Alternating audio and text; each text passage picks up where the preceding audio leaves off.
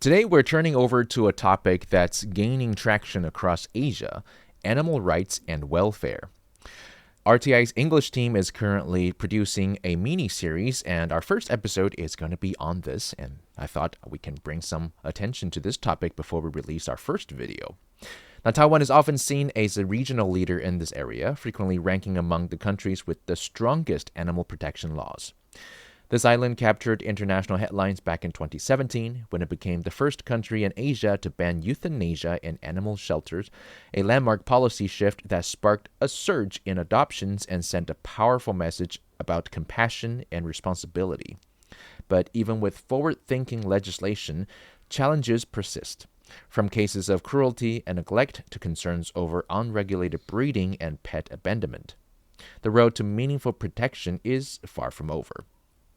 Across the broader region, the landscape is even more complex. In many Asian countries, animal welfare laws are poorly enforced or non-existent, allowing exploitative industries like factory farming, illegal wildlife trafficking, and the exotic pet trade to flourish. Live animal markets, puppy mills, and backyard breeders continue to operate with little oversight. Meanwhile, cultural views on animals vary widely, making it difficult to establish consistent standard for care and protection. In this episode, we'll examine Taiwan's speculation as a leader in animal welfare, the challenges that still exist beneath the surface, and how those compare to other parts of Asia. We'll look into ethical pet breeding, the role of TNR, trap, neuter, return programs, and whether harsher penalties or more holistic education efforts are the key to lasting changes. We'll also explore the growing trend of pet ownership across the continent and what it means for the future of animal protection. I'm Joey Chou, and this is Beyond the Reefs.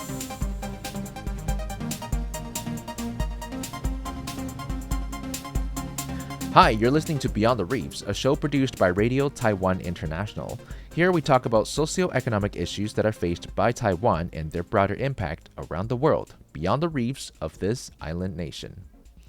Today's topic, once again, is about animal rights and welfare, and to guide us through this nuanced and emotional terrain, we're joined by Connie Chiang, co-founder and CEO of the Taiwan SPCA. Let's first have her introduce herself. So my name is Connie Chiang, and I'm one of the co-founders of the Taiwan SPCA. I'm currently the executive director. I've been doing this for the past 15 years. We were founded in 2009. Yeah. Okay. So somewhere I read online that Taiwan is supposed to have pretty decent or even strict animal cruelty or abandonment control regulations.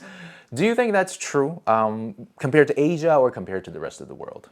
Yeah, I'm not familiar with the rankings like globally, but in my opinion, Taiwanese laws are they're pretty good compared to other perhaps Asian countries in terms of the scope that it covers. So a lot of the animals that are used by humans, it's covered by the Animal Protection Act. So in terms of the challenges that we have with the law right now, I think it's more on enforcement, which is a major concern. Because in my opinion, if you have really strict laws, but your enforcement is poor, then there's really no point of the laws to begin with. And this has, to do a lot with, I think, with government staff training, inspector training. There's a lot of staff shortages across all cities in Taiwan. And also the animal welfare standards vary from city to city. This has also to do with, I think, public education as well. We find a lot of differences in the way people raise animals, say in Taipei, than say in Pingtung. Yeah, so there is the discrepancy there. And also, I think a lot of times government officials, when they're dealing with a cruelty case, they have a lot of concerns that they're also worried about. For example, if someone is breaking the law, and by law they should confiscate the animal, government staff sometimes worry that where would they confiscate the animal to? Because a lot of the public shelters are quite full, at full capacity. So they worry about that as well. They also worry about, say, backlash from the public. A lot of people in Taiwan, they tend to perhaps approach city councilors or village chiefs, like Li Zhang. If they get a fine, they're very angry, and then they sort of like go to these representatives and voice their concerns. Yeah. So what you're saying is the networks and 靠关系, as we say, with political influence, that also play negatively to our efforts. Yes, it does. Sometimes, I mean, political influence can also help a cruelty case. Like if, say, a MP or a city councilor, they are interested in the cruelty case, sometimes it gets expedited, like in the way it's being resolved. But sometimes it's also a challenge when people just for any reason you can think of, they approach these representatives just because they don't want to pay the fine, then it causes issues. So as a pet owner myself, I feel like there are a lot of NGOs, groups that are committed to help pets or animals in general in Taiwan.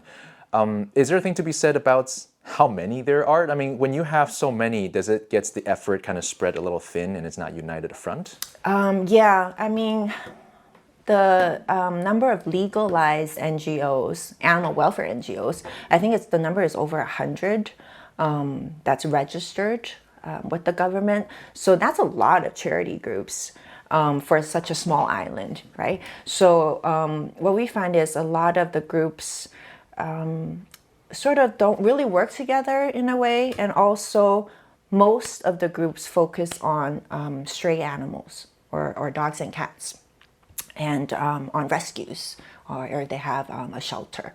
But a lot of the other animal protection issues, right? For example, farming, right? Factory farming, or animals in laboratories, right? Or animals in performances, exhibits. All these other animal issues are kind of overlooked. So I think when it comes to public support, what I find is most Taiwanese people still pay more attention to to dog issues, right? To stray animal issues. I don't think that's a negative thing, but I think what we need to increase in awareness is letting people know there are other animal issues that also require the same attention. Even with a lot of regulations and control, do you feel like animal cruelty and abandonment persists? And if so, can you give us some sort of numbers to support that?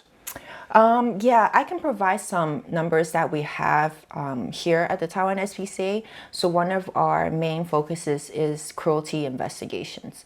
So annually, members of the public, they will report cruelty cases to us. So on average, we receive about 700 to 800 cases each year, new cases. And out of these numbers, we analyze what the types of complaints are each year. And just comparing numbers from 2022 to 23, we actually saw an increase in the types of pet neglect. And what we call it is improper rearing of animals. So it's basically people who own animals. It doesn't necessarily just has to be a dog or a cat. People are beginning to keep rabbits, birds, fish. They're all animals that we try to help. So with these pet ownership, what we find, top 10 complaints, improper sheltering, no clean water, unkept environments, or long-term chaining of dogs or caging of pets. So these are quite common cruelty, neglect incidents that we receive every year. So, I mean, in our opinion, our cases are in the numbers of cases we receive are increasing, but it doesn't necessarily mean that the cruelty is increasing. Perhaps it means that more people are beginning to be aware of the issues. So they start to recognize what's happening around them and what the animals are going through. So they're choosing to report. It could also be that. Yeah. Okay, that's a good way to look at it. It is a good way. But for example, abandonment, though, it is still a problem. So if you go to the public shelters across all of Taiwan, you will see a lot of pedigree dogs. The small purebred dogs are actually still being abandoned by their owners. They are for sure abandoned because they're purebreds. They must have been bought, right? So you actually still see those types of dogs in the shelters, which means abandonment is still for sure an issue. So according to the Ministry of Agriculture, adoption rates across Taiwan, they're actually decreasing. So on average now, we're looking at about 50 to 60% adoption rate. So that means the other 50% of animals that go into the shelters, they may never be adopted. And this causes a lot of animal welfare problems. So it means animals stay in the shelters for a long period of time, which is not good on their welfare. Shelters should be a temporary place before getting adopted, right? But now what we're seeing in Taiwan is a lot of animals are staying in the shelters for years, 6, 7, 8 years. If they're not adopted, that means they stay in the shelters for their whole lives until they perhaps get sick or they get injured or, they die. Yeah. Okay, so since we're on that note, let's make a segue to the 2017 ban on euthanasia, euthanizing stray animals. In Taiwan, it's considered more or less a major milestone for us. However, according to what you were just saying, that might be also causing or contributing to some problems. Is that right? Right. So I think the first thing to clear up, it's not a zero euthanasia policy. It's a no-kill policy for healthy animals at public shelters. So in cases where the animal has a contagious illness or is, severely sick, injured, or is obviously suffering, right, from their injuries, then it is the veterinarian's responsibility to assess if euthanasia is acceptable. So it means that it still can be done. But with the no-kill policy, I think it has really made euthanasia it sort of gave euthanasia a negative name.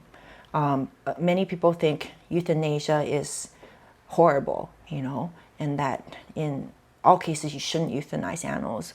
But no, actually, animal welfare is about reducing the unnecessary suffering of animals. So in certain situations, euthanasia is actually a humane way of ending an animal's life.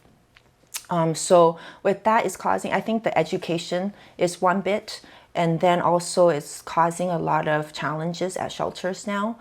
So you have the overcrowded shelters. Adoption rates are dropping. So then shelters are full capacity. You can't intake any more animals. Or some cities will still take in animals even if they're really full, but that really decreases the welfare at the shelter, right? So that's not a good thing to do. But then if some shelters can't take in any more animals, then that means the animals perhaps will be left out on the streets, people abandon their pets, or if some dogs are causing some problems in the community, it kind of increases the conflicts, right, between humans and animals in that area. So it's really a vicious cycle.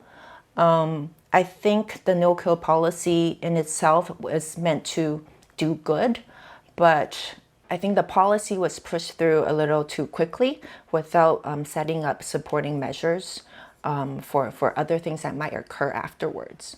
A couple of final questions, and this one is mainly about the owners in Taiwan. Right now, we go through more of a qualification-based assessment to become an owner. You have to neuter or spay your pet. You have to register them under someone's name tied to a national ID. You have to put a chip in them, but that's about it. There's no courses on teaching an owner how to be a good owner. Do you think we should aim for that, or are we able to aim for that? Yeah. Yes, I do believe that owning a pet, people should be educated beforehand. A lot of people acquire an animal on impulse and without really acknowledging or understanding how much work it takes to keep a pet, not just a dog, like even a rabbit, a bird. They require certain needs, right? So I do believe that shelters and pet shops should do some form of screening and educational work before they give the animal to a member of the public. I know a lot of public shelters now are trying to aim for this. So some do actually will show an educational video. They will have a survey. But again, how well it's done, it varies between the cities. But I think it is very important. So you mentioned there are a lot of strayed animals still. What's an approximate number? And finally, to bring some positivity to our conversation today, is TNR working, or how could it work better? So according to the Ministry of Agriculture, in 2024, the number of stray animals in Taiwan is about close to 150,000. Okay, that is a pretty large number. One way of helping control the dog population is what we call TNR. But for TNR to be successful, it has to be done in a scientific way, in a certain way for it to be effective.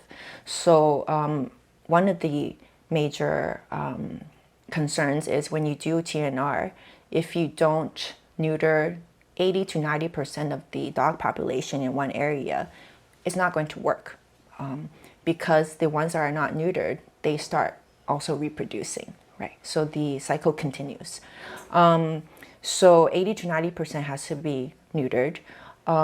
We also have to start looking at where all these other sources of dogs are coming from, right? It's not just the feral dogs that are reproducing. It's also pet abandonment, right? People own their pets, they abandon on the streets, the dog is not neutered, they also start reproducing, right? Or a lot of people in Taiwan, they keep their pets off leash, what we call free roaming on the streets. So these free roaming dogs, if they're not neutered, they also start reproducing. So yeah, so that has to do a lot with ownership, education, responsibilities that also has to be addressed. Also with the pet industry. You'll see a lot in the past few years in the news, these breeding facilities, once they close, some of them will actually take their dogs to the shelters and abandon them. So it causes another challenge, right? Or some of them actually just abandon them on the streets, right? So I think every level needs to be addressed in order to stop this vicious cycle. Okay, and finally, I want to talk about the positive side a little bit. SPCA has been around for how long? Over this course of time, do you see any improvements? And if so, are these areas that we can continue to tackle to improve the situations? Okay, so Taiwan SPCA has been around for 15 years in Taiwan.